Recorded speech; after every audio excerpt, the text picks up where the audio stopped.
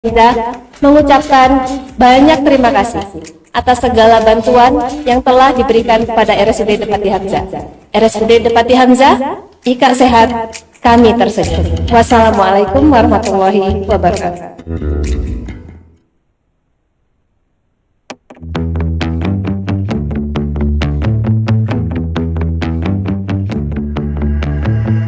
Assalamualaikum warahmatullahi wabarakatuh. Halo masyarakat Kota Pangkal Pinang dan sekitarnya. Saat ini kebutuhan akan pentingnya kesehatan yang bermutu terus meningkat di tengah-tengah masyarakat. Pada tahun 2023 ini, RSUD Depati Hamzah telah mempunyai 4 modalitas radiologi yang baru dan canggih. Oleh karena itu, RSUD Depati Hamzah Kota Pangkal Pinang terus melakukan upaya-upaya dalam meningkatkan mutu pelayanan kesehatannya. Modalitas yang pertama adalah mamografi. Alat mamografi ini berfungsi untuk mendeteksi ada atau tidak adanya kelainan pada payudara, yang berarti pemeriksaan mamografi ini dapat dilakukan untuk pendeteksian dini atau screening, terutama untuk wanita yang berusia di atas 40 tahun. Alat yang kedua adalah CT scan 64 slide. Modalitas CT scan ini dapat digunakan untuk mendeteksi kelainan pada organ dalam tubuh seperti paru-paru, jantung, perut, tulang, serta pembuluh darah. CT scan yang dimiliki RSUD Depati Hamzah ini dilengkapi dengan teknologi Smart Dose yang dapat menghasilkan gambaran dengan tingkat akurasi yang tinggi, namun dengan tingkat radiasi yang rendah dalam waktu yang singkat. Selain itu, alat ini juga dilengkapi teknologi Smart Metal Artifact Reduction yang berguna untuk metal artefak sehingga dapat lebih membantu dalam mendiagnosis suatu kelainan. Dan yang ketiga adalah ECL atau Extracorporeal Shockwave Interference, berguna untuk memecahkan batu pada saluran kemih secara non-invasif dengan menggunakan gelombang kejut. Semua gelombang kejut yang dihasilkan difokuskan pada focal spot sehingga batu akan lebih mudah pecah dan rasa sakit yang dirasakan oleh pasien lebih sedikit. Selanjutnya, ke depan kami sedang mempersiapkan satu modalitas baru di RSUD Depati Hamzah yang berupa layanan kateterisasi pembuluh darah atau CAT lab, suatu pelayanan yang dilakukan di laboratorium kateterisasi atau angiografi untuk menentukan diagnosis penyakit pada pembuluh darah, dan untuk selanjutnya dilakukan intervensi non bedah sesuai indikasi secara minimal invasif melalui pembuluh darah dengan menggunakan. Saya mewakili seluruh manajemen dan sivitas PTD RSUD Depati Hamzah mengucapkan banyak terima kasih atas segala bantuan yang telah diberikan kepada RSUD Depati Hamzah. RSUD Depati Hamzah, Ika sehat, kami tersenyum. Wassalamualaikum warahmatullahi wabarakatuh.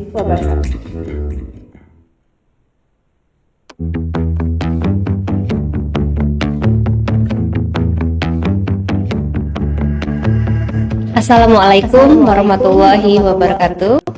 Halo masyarakat Kota Pangkal Pinang dan sekitarnya. Saat ini kebutuhan akan pentingnya kesehatan yang bermutu terus meningkat di tengah-tengah masyarakat. Pada tahun 2023 ini, RSUD Depati Hamzah telah mempunyai 4 modalitas radiologi yang baru dan canggih. Oleh karena itu, RSUD Depati Hamzah Kota Pangkal Pinang terus melakukan upaya-upaya dalam meningkatkan mutu pelayanan kesehatannya. Modalitas yang pertama adalah mamografi. Alat mamografi ini berfungsi untuk mendeteksi ada atau tidak adanya kelainan pada payudara, yang berarti pemeriksaan mamografi ini dapat dilakukan untuk pendeteksian dini atau screening, terutama untuk wanita yang berusia di atas 40 tahun. Alat yang kedua adalah CT scan 64 slide. Modalitas CT scan ini dapat digunakan untuk mendeteksi kelainan pada organ dalam tubuh seperti paru-paru, jantung, perut, tulang, serta pembuluh darah. CT scan yang dimiliki RSUD Depati Hamzah ini dilengkapi dengan teknologi Smart Dose yang dapat menghasilkan gambaran dengan tingkat akurasi yang tinggi, namun dengan tingkat radiasi yang rendah dalam waktu yang singkat. Selain itu, alat ini juga dilengkapi teknologi Smart Metal Artifact Reduction yang berguna untuk metal artefak sehingga dapat lebih membantu dalam mendiagnosis suatu kelainan. Dan yang ketiga adalah ECL atau Extracorporeal Shockwave Interference, berguna untuk memecahkan batu pada saluran kemih secara non-invasif dengan menggunakan gelombang kejut. Semua gelombang kejut yang dihasilkan difokuskan pada focal spot sehingga batu akan lebih mudah pecah dan rasa sakit yang dirasakan oleh pasien lebih sedikit. Selanjutnya, ke depan kami sedang mempersiapkan satu modalitas terbaru di RSUD Depati Hamzah yang berupa layanan kateterisasi pembuluh darah atau CAT lab, suatu pelayanan yang dilakukan di laboratorium kateterisasi atau angiografi untuk menentukan diagnosis penyakit pada pembuluh darah, dan untuk selanjutnya dilakukan intervensi non bedah sesuai indikasi secara minimal pasif melalui pembuluh darah dengan menggunakan kateter. Saya mewakili seluruh manajemen dan sivitas UPTD RSUD Depati Hamzah mengucapkan banyak terima kasih atas segala bantuan yang telah diberikan kepada RSUD Depati Hamzah. RSUD Depati Hamzah, Ika sehat, kami tersenyum. Wassalamualaikum warahmatullahi wabarakatuh.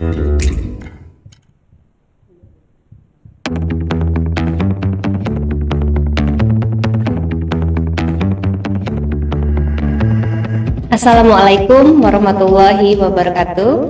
Halo masyarakat Kota Pangkal Pinang dan sekitarnya. Saat ini, kebutuhan akan pentingnya kesehatan yang bermutu terus meningkat di tengah-tengah masyarakat. Pada tahun 2023 ini, RSUD Depati Hamzah telah mempunyai 4 modalitas radiologi yang baru dan canggih. Oleh karena itu, RSUD Depati Hamzah Kota Pangkal Pinang terus melakukan upaya-upaya dalam meningkatkan mutu pelayanan kesehatannya. Modalitas yang pertama adalah mamografi. Alat mamografi ini berfungsi untuk mendeteksi ada atau tidak adanya kelainan pada payudara, yang berarti pemeriksaan mamografi ini dapat dilakukan untuk pendeteksian dini atau screening, terutama untuk wanita yang berusia di atas 40 tahun. Alat yang kedua adalah CT scan 64 slide. Modalitas CT scan ini dapat digunakan untuk mendeteksi kelainan pada organ dalam tubuh seperti paru-paru, jantung, perut, tulang, serta pembuluh darah. CT scan yang dimiliki RSUD Depati Hamzah ini dilengkapi dengan teknologi Smart Dose yang dapat menghasilkan gambaran dengan tingkat akurasi yang tinggi, namun dengan tingkat radiasi yang rendah dalam waktu yang singkat. Selain itu, alat ini juga dilengkapi teknologi Smart Metal Artifact Reduction. Assalamualaikum warahmatullahi wabarakatuh. Selamat siang Sobat Depam. Kita berjumpa lagi dalam acara bincang-bincang santai kita, Talk Show Senyum Depam. Saya akan memandu acara hari ini. Hari ini kita sudah bersama narasumber kita, seorang dokter spesialis paru, yang bertugas di RSUD Depati Hamzah. Beliau juga merupakan Wakil Ketua Persatuan Dokter Paru Indonesia Wilayah Sumsel Babel. Saya perkenalkan Dr. Adi Rosadi, spesialis paru. Selamat pagi, Dok. Bagaimana kabarnya, Dok? Sehat, Dok? Alhamdulillah, sehat walafiat. Baik, Dr. Adi ini menempuh pendidikan dokter di Universitas Diponegoro, Semarang, Jawa Tengah, dan kemudian melanjutkan studi spesialis paru dan pernapasan di Universitas Indonesia tahun 2008. Buat para sahabat Depam yang ingin berdialog atau bertanya kepada beliau, bisa langsung komen di kolom komentar Instagram di bawah ini ya. Kapan lagi bisa langsung bertanya kepada pakar tanpa harus datang ke rumah sakit. Kemarin tanggal 24 Maret 2024 kita memperingati Hari TB sedunia. TB atau yang lebih sering dikenal di masyarakat dengan sebutan paru-paru basah menjadi salah satu beban kesehatan di Indonesia yang cukup sulit untuk diberantas. Hari ini kita sudah kedatangan pakarnya. Mari kita bertanya kepada pakar tersebut, sebetulnya penyakit TB itu penyakit yang seperti apa, Dok? Ya, terima kasih Dokter Awal. Jadi TB atau TBC atau tuberkulosis itu sebenarnya adalah penyakit infeksi. Apa yang dimaksud dengan penyakit infeksi? Penyakit infeksi adalah penyakit yang disebabkan oleh masuknya mikroorganisme ke dalam tubuh manusia. Nah, dalam hal ini mikroorganismenya adalah bakteri. Bakterinya dinamakan Mycobacterium tuberculosis. Jadi kalau bakteri Mycobacterium tuberculosis ini masuk ke dalam tubuh manusia, biasanya lewat hirupan. Karena TBC ini ditularkan lewat percikan dahak yang dikeluarkan oleh pasien pada saat dia batuk, pada saat dia bersin, pada saat dia berbicara, kemudian terhirup oleh orang yang sehat, sehingga kuman tersebut masuk ke dalam tubuh seseorang dan terutama menyerang paru. Berarti kalau TB ini disebabkan oleh kuman ya dok, penularan dari kuman. Ya. Di masyarakat kita sering ada mitos dok, tukar-tukar alat makan, tukar-tukar alat minum itu bisa menularkan TB. Itu bagaimana dok? Betul atau tidak mitos itu dok? Oh ya. Jadi tukar-tukar alat makan seperti piring, gelas, sendok, garpu ya, itu tidak menyebabkan penularan TB. Tetapi kalau COVID bisa menular lewat tukar-tukaran alat makan dan minum. Karena TBC itu penularannya itu lewat airborne. Airborne itu adalah kuman yang berterbangan di udara, ya. Kemudian terhirup oleh seseorang yang sehat. Jadi tidak benar kalau tuberkulosis itu bisa menular lewat piring, gelas, sendok, garpu dan lain-lain. Tapi kalau COVID bisa. Kalau COVID bisa ya dok. Iya. Kalau dari dokter ada nggak dok tips-tips untuk mencegah supaya kita tertular dok dari TB ini dok? Tips supaya tidak tertular TBC. Betul. Jadi tipsnya yang pertama, TBC ini kan penyakit infeksi, ya. Penyakit infeksi itu penyakit yang disebabkan oleh masuknya mikroorganisme ke dalam tubuh manusia. Nah, seseorang itu menjadi sakit kalau terjadi penurunan daya tahan tubuh, ya. Sehingga kita harus menjaga daya tahan tubuh kita supaya tetap sehat. Kalau orang tersebut daya tahan tubuhnya baik, maka walaupun kuman TBC tersebut masuk ke dalam tubuh seseorang tersebut, maka dia tetap akan sehat walaupun ada kuman TBC-nya. Oh, gitu. Karena itu menjaga daya tahan tubuh itu sangat-sangat penting. Nah, menjaga daya tahan tubuh itu ya seperti biasa yang kita kenal tuh dengan pola hidup bersih dan sehat, ya. Dengan makan makanan bergizi, 4 sehat 5 sempurna, kemudian cukup istirahat, kemudian berolahraga, cuci tangan, kemudian jangan lupa memakai masker, ya. Jadi kalau misalnya di dalam rumah tersebut ada yang sakit TBC, maka yang sakit TBC maupun yang sehat harus memakai masker. Terutama yang sakit TBC sebaiknya memakai masker N95 gitu. Nah, nanti setelah pasien TBC ini menjalani pengobatan selama minimal 2 minggu atau lebih, maka potensi penularan orang yang sakit TBC-nya akan menjadi sangat menurun. Jadi itulah cara mencegah supaya kita tidak terkena TBC itu, yang pertama adalah menjaga daya tahan tubuh supaya tetap sehat. Yang kedua adalah mencegah penularan dengan memutus rantai penularan. Ya, memutus rantai penularan itu yang pertama, yang sakit harus menjalani pengobatan, kemudian yang sakit harus memakai masker, kemudian kalau yang di rumah maka baik yang sakit maupun yang sehat harus memakai masker. Demikian Dr. Awal. Jadi begitu ya Sobat Depham ya, sebetulnya apapun sakitnya yang penting itu adalah pola hidup sehat. Kalau pola hidup kita sehat, kita tidak gampang tertular oleh penyakit. Dok, tadi saya dengar dok dikatakan apabila sudah minum obat 2 minggu, potensi penularannya akan semakin menurun dok. Potensi penularan yang menurun ini pasien dikatakan sembuh atau berapa lama pengobatannya dok baru bisa dikatakan sembuh pasien yang sudah terkena TB ini dok? Ya, jadi pasien TBC ya, kalau pasien TBC sensitif obat itu dia harus menjalani pengobatan 6 bulan gitu. Pasien TBC ini kan dibagi 2. Ada pasien TBC yang waktu diperiksa dahaknya itu kuman TBC-nya ditemukan. Ini dinamakan pasien TBC yang positif kumannya. Kemudian yang kedua bisa jadi ada pasien TBC yang diperiksa dahaknya negatif. Tetapi kalau dilihat dari gejala klinisnya dan ronsennya itu mendukung ke arah TBC. Ini bisa terjadi karena waktu pemeriksaan itu jumlah kumannya di dalam dahak itu kurang dari 5.000. Jadi dikatakan TBC klinis. Seorang pasien TBC setelah minum obat 2 minggu atau lebih, maka potensi penularannya akan sangat menurun karena kuman-kuman di dalam tubuhnya, kuman TBC-nya akan banyak yang mati. Gitu. Cuma dia walaupun potensi penularannya menurun, dia tetap harus menjalani pengobatan sampai selesai, yaitu 6 bulan. Demikian, Dok. Jadi tantangan terberatnya dalam penyembuhan pasien TBC ini, Dok, adalah lamanya meminum obat ya, Dok. Nah, jadi mungkin banyak yang akhirnya tidak betah minum obat, akhirnya berhenti sebelum selesai. Hal seperti itu diperbolehkan tidak, Dok? Oh, itu sangat tidak diperbolehkan. Jadi memang pengobatan TBC itu lama karena memang kumannya itu mempunyai daya tahan yang luar biasa, sehingga tidak cukup hanya diobati 1, 2, 3 minggu bahkan 1 bulan. Dia harus menjalani pengobatan selama 6 bulan.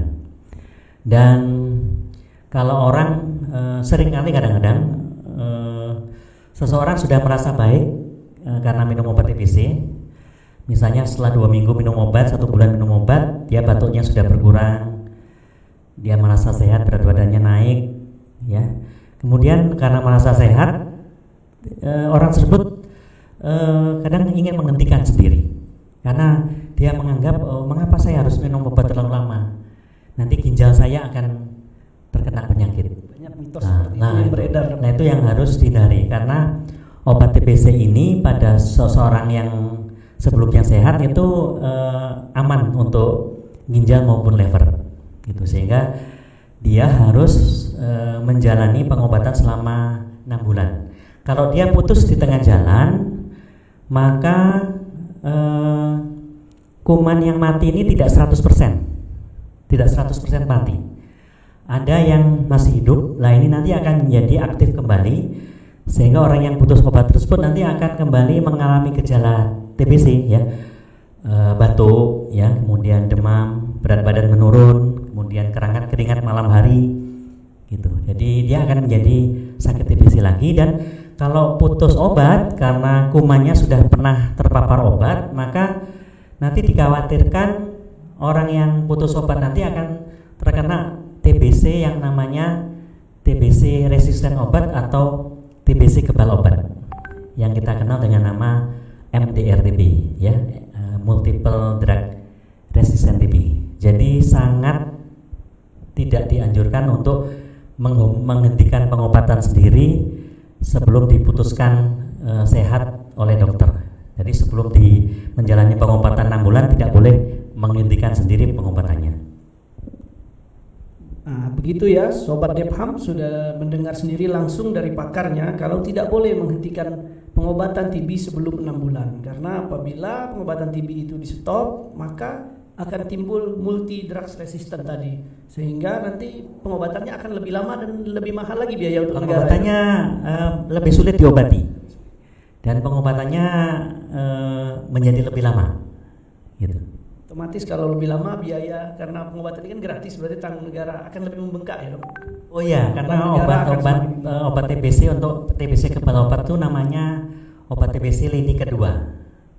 Itu biayanya sangat besar, di atas 100 juta, gitu. Nah, jadi seperti itu ya, Sobat Depham ya, bagi yang merasa sedang menjalani pengobatan TB sekarang, jangan sekali-kali menghentikan pengobatan TB-nya tanpa advis dari dokter parunya ya. Tadi kita sempat berbicara mengenai pemeriksaan dahak, Dok. Nah, pemeriksaan dahak ini apakah harus dilakukan di rumah sakit atau bisa mengunjungi fasilitas kesehatan tingkat pratama, Dok? Jadi pemeriksaan dahak ini termasuk salah satu pemeriksaan yang sangat-sangat penting pada pasien dengan tuberkulosis, ya. Nah, alat untuk memeriksa dahak ini sekarang ada alat yang dengan teknologi canggih, namanya Expert TB Reef, ya. Ini dengan alat ini bisa dideteksi ada tidaknya kuman TB dalam waktu 2 jam. Bahkan sekarang ada yang namanya Expert TB Reef Ultra, itu lebih singkat lagi. Jadi dalam waktu 80 menit sudah bisa diketahui. Dengan alat ini bisa ketahuan apakah di dalam dahak seseorang itu terdeteksi kuman TBC atau tidak. Kemudian yang kedua juga bisa mengetahui apakah ada resistensi terhadap obat TB atau tidak kuman tersebut. Jadi di samping mendeteksi kuman TBC, bisa mendeteksi apakah kuman tersebut resisten atau kebal terhadap obat TBC.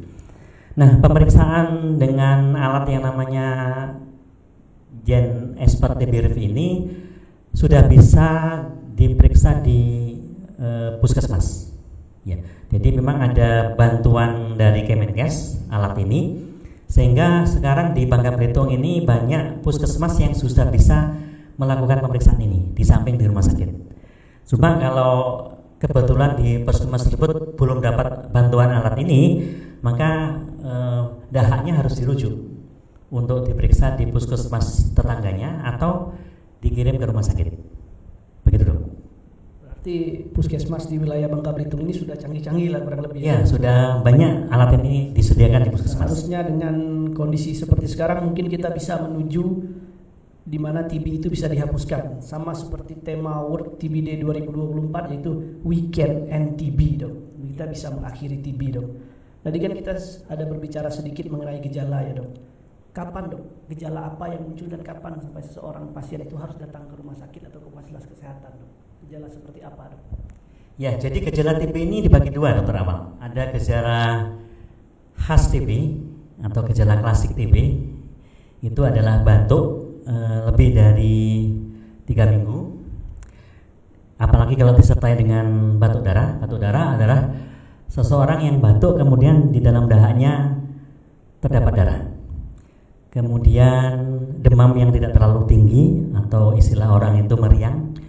Kemudian berat badan menurun, nafsu makan menurun, gitu. Kemudian ada keringat malam hari, ya, keringat malam hari itu adalah gejala khas TB. Tapi sekarang seiring dengan perkembangan waktu, gejala TBC itu sudah tidak khas lagi, sehingga kami di klinik paru itu sering menemukan seseorang yang sebenarnya sehat, tetapi pada saat dia menjalani medical check up atau tes kesehatan, kemudian di fototoraks atau di ronsen, ketahuan bahwa ternyata dia ada juga TBC. Padahal dia sebelumnya tidak ada riwayat pengobatan sebelumnya dan seringkali lesinya itu cukup luas, gitu. Itu adalah gejala yang kadang-kadang tidak ada gejala. Kemudian gejala yang tidak khas lain adalah yang sering saya temui, ada lebih kurang 5 kasus selama ini, adalah seseorang yang mengalami nyeri telan. Jadi nyeri telan berbulan-bulan tidak sembuh, sudah berobat ke dokter spesialis THT.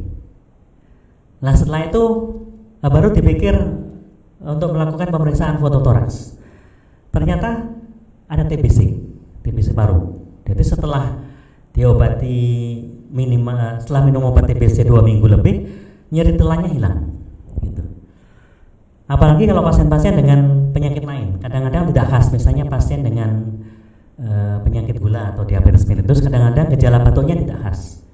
Makanya untuk pasien-pasien dengan penyakit gula atau diabetes mellitus yang tidak terkontrol, kemudian pasien-pasien dengan terinfeksi virus HIV, ya, HIV atau AIDS, ya, itu harus waspada karena gejalanya tidak khas, makanya harus memeriksakan dirinya ke rumah sakit. Di rumah sakit kita mengenal ada yang namanya kolaborasi TB-DM, TB dengan diabetes mellitus dan TB-HIV, TB dengan HIV atau AIDS, gitu. Nah itu setiap pasien dengan diabetes mellitus itu harus periksa apakah dia sudah terkena TB atau tidak. Demikian juga pasien dengan infeksi HIV, dia harus juga diperiksa apakah sudah terkena TBC atau belum, gitu. Demikian dok. Baik dok, ini kebetulan dokter berbicara tentang DM. Ini ada pertanyaan dari Instagram dari Feli Mariani dok. Pertanyaannya sebagai berikut dok. Izin bertanya dokter, kenapa penderita DM resiko tinggi terkena TB dok? Ya memang betul. Jadi pasien diabetes mellitus, ya, atau penyakit gula yang kita kenal dengan penyakit gula, apalagi tidak terkontrol, itu sangat berisiko untuk terkena tuberkulosis paru. Kenapa? Karena pasien diabetes mellitus ini terjadi penurunan daya tahan tubuh. Ya, jadi mengapa seorang pasien DM ini mudah terkena TBC adalah terjadi penurunan daya tahan tubuh akibat sel-sel kekebalan tubuh dalam dirinya itu mengalami perubahan struktur dan fungsi, sehingga kalau pengalaman saya itu 90% pasien diabetes mellitus yang tidak terkontrol itu kena TB, walaupun dia tidak batuk, Dr. Awang. Walaupun dia tidak batuk, makanya pasien TB pasien DM yang walaupun tidak batuk dan gula darahnya tidak terkontrol itu sebaiknya berobat ke dokter penyakit dalam atau dokter paru atau ke dokter umum untuk screening apakah dia sudah terkena TB atau tidak. Karena itu untuk pasien-pasien dengan diabetes mellitus sangat penting untuk mengontrol gula darahnya supaya tetap dalam range yang normal, sehingga dia aman terhadap risiko terkena penyakit tuberkulosis. Baik, demikian sahabat Depham, sudah dengar sobat Depham. Jadi sebetulnya balik lagi ke pasal 1 ya, Dok. Daya tahan tubuh yang jadi persoalan. Kalau Iya betul. Kalau Pasal 1 ya, Dok, ya. Iya, pasal 1 yang tadi kita bicarakan bagaimana pencegahannya kan. Dok, ini berarti ada orang-orang yang dengan daya tahan tubuh bagus masuk kuman TB ke dalam tubuhnya tidak bergejala, Dok. Betul ya, Dok, kalau ada yang seperti itu berarti ya, Dok? Iya, beberapa orang seperti itu. Kalau Ya, yang karena berarti kalau seseorang